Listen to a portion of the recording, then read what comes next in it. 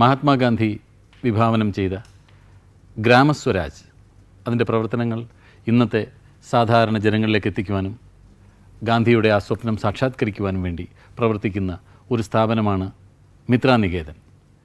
മിത്രാനികേതൻ്റെ സാരഥിയായ ശ്രീ വിശ്വനാഥൻ, പിന്നെ ഗാന്ധി പീസ് ഫൗണ്ടേഷൻ്റെയും ഗാന്ധി സ്മാരക നിധിയുടെയും സാരഥിയായ ശ്രീ ഗോപിനാഥൻ നായർ, ഇവർ രണ്ടുപേരും ഇന്ന് അറിയപ്പെടുന്ന ഗാന്ധിയന്മാരാണ്. അവർ രണ്ടുപേരുമാണ് സമാഗമത്തിലെ അടുത്ത അതിഥികൾ. ഞാൻ ബഹുമാന പുരസ്സരം ഈ രണ്ടുപേരെയും വേദിയിലേക്ക് ക്ഷണിച്ചു കൊള്ളട്ടെ. വിശ്വനാഥൻ സാറിനോട് മിത്രാനികേതൻ്റെ പ്രവർത്തനങ്ങളെപ്പറ്റി ഒന്ന് ചോദിച്ചോട്ടെ.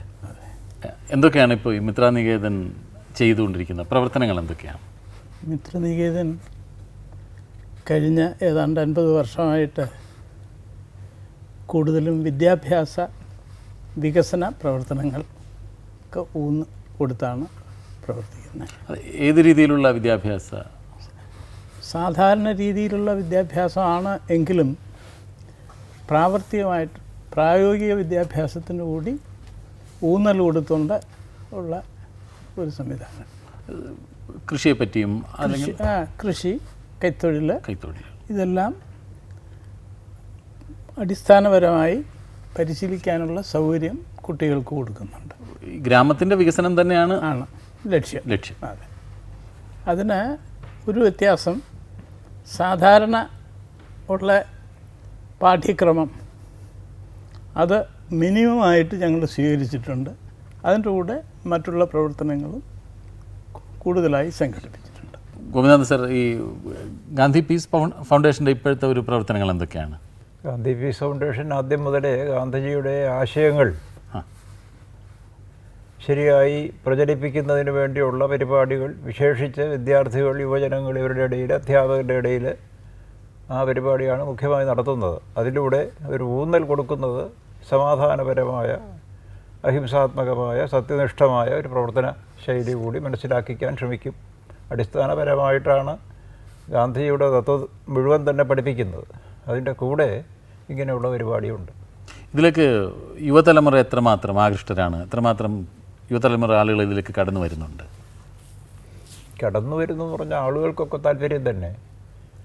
പക്ഷേ പ്രായോഗിക ജീവിതത്തിൻ്റെ വൈഷമ്യങ്ങൾ കൊണ്ട് അവരുടെ മാർഗത്തിലേക്ക് പോകുന്നു എന്നേ ഉള്ളൂ. എന്തുകൊണ്ടാണ് ഈ ഗാന്ധിസത്തിലേക്ക് ഇങ്ങനെ വരണമെന്നൊരു തോന്നൽ ചെറുപ്പകാലം മുതലേ വന്നതും?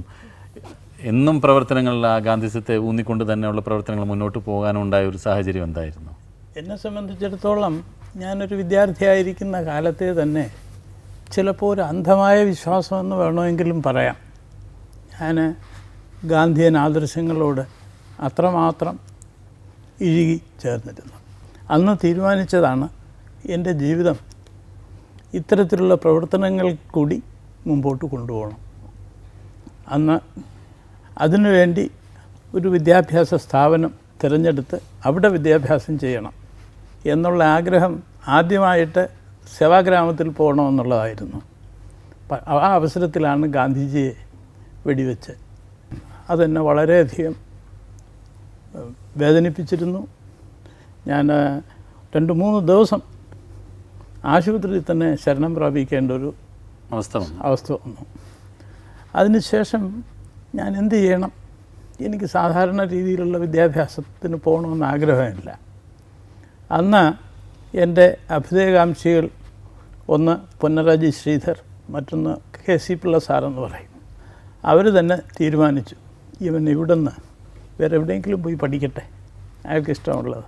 അങ്ങനെയാണ് ശാന്തിനികേതൻ തിരഞ്ഞെടുത്തു. അവിടെ 4.5 വർഷക്കാലം പഠിച്ചു. അങ്ങനെ ആണ് ഞാൻ